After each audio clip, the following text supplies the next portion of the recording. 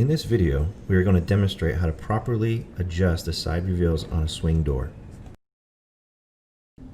In your hardware box, you will be supplied with 3 Allen wrenches, a number 3, a number 5, and a number 6. For this adjustment, we will only be using the number 3 and the number 5 wrench. Use the number 3 Allen wrench to loosen the set screw. Then remove the front hinge cover. Using the number 5 Allen wrench, adjust the hinge.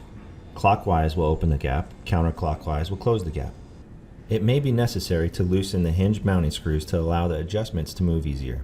If so, make sure to retighten the mounting screws once you are finished.